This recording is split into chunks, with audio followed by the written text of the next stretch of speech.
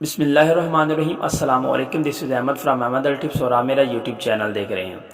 آج کی ہماری ویڈیو کا جو ٹاپک ہے وہ بہت یونیک اور بہت خاص ہے، کیونکہ آج کی اس ویڈیو میں آپ کو یہ بتانے والا ہوں کہ عورت کی امپلانٹیشن کب ہوتی ہے، یعنی کہ پیریڈز کے کتنے دن بعد اس کو امپلانٹیشن ہوتی ہے، اور اس کے علاوہ جو جراثیم ہوتے ہیں اور انڈا، یہ کون سی ایسی جگہ ہوتی ہے جہاں پر یہ فرٹیلائز ہوتا ہے اور فرٹیلائز ہونے کے بعد بچہ دانے کے اندر آتا ہے، اور کتنے دن بعد یہ بچہ دانے کے اندر آتا ہے، اور اس کے بعد کتنے دن بعد اس کی امپلانٹیشن ہوتی ہے۔ جب آپ کو امپلانٹیشن کا پتہ چل جائے گا تو آپ بآسانی اپنے حمل کا ٹیسٹ بھی کر سکتے ہو، اور آپ کو یہ بھی پتہ چل جائے گا کہ میرا حمل ٹھہرا ہے یا نہیں۔ ویڈیو بہت زیادہ خاص اور بہت زیادہ امپورٹنٹ ہے۔ کافی ساری خواتین یہ سوال کر رہی تھی تو سوچا کہ ڈیٹیل کے ساتھ اس کے اوپر ویڈیو بنا دوں۔ ہماری حوصلہ افزائی کے لیے اپنے ویڈیو کو لائک لازمی کرنا ہے۔ اگر ہمارے چینل کو پہلی دفعہ وزٹ کیا ہے تو آپ نے چینل کو سبسکرائب کرنا نہیں بھولنا۔ اب بات آ جاتی ہے سب سے پہلی بات کہ عورت کو امپلانٹیشن کب ہوتی ہے۔ اس میں ایک چیز خاص ہے، آپ نے اپنے پیریڈز کا فرسٹ ڈے جو ہے وہ کاؤنٹ کرنا ہے۔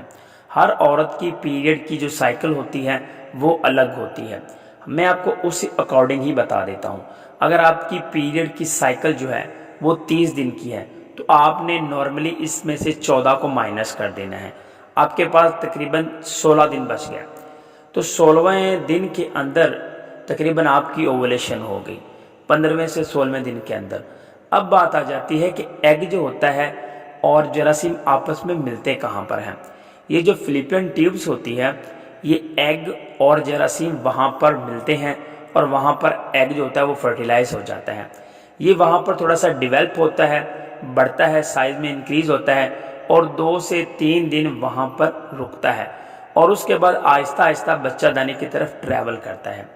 3 دن کے بعد یہ بچہ دانے کے اندر پہنچتا ہے، اور وہاں پر جو انٹرنل لائن ہوتی ہے، یوٹرائن لائن جس کو بولتے ہیں بچہ دانے کی، اس کے ساتھ اس نے چپکنا ہوتا ہے، لیکن یہ فوراً آ کر وہاں پر اس کے ساتھ چپکتا نہیں ہے۔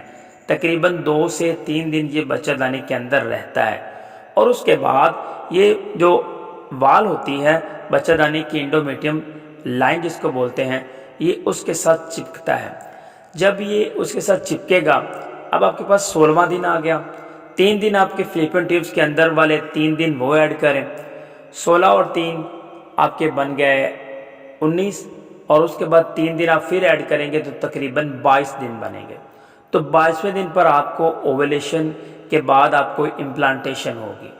اس امپلانٹیشن کا فائدہ یہ ہوتا ہے کہ اگر آپ کی یہ سکسیسفل امپلانٹیشن ہو جاتی ہے تو اس کا ایک سائن ہوتا ہے۔ یہ جو سائن ہوتا ہے وہ یہ ہوتا ہے کہ آپ کو ہلکے پھلکے سے کریمپس پڑیں گے۔ ایک تو پیریڈز کے کریمپس ہوتے ہیں جس میں آپ کو ہیوی پین ہوتا ہے، لیکن یہ آپ کو ہلکا پھلکا سا درد ہوگا۔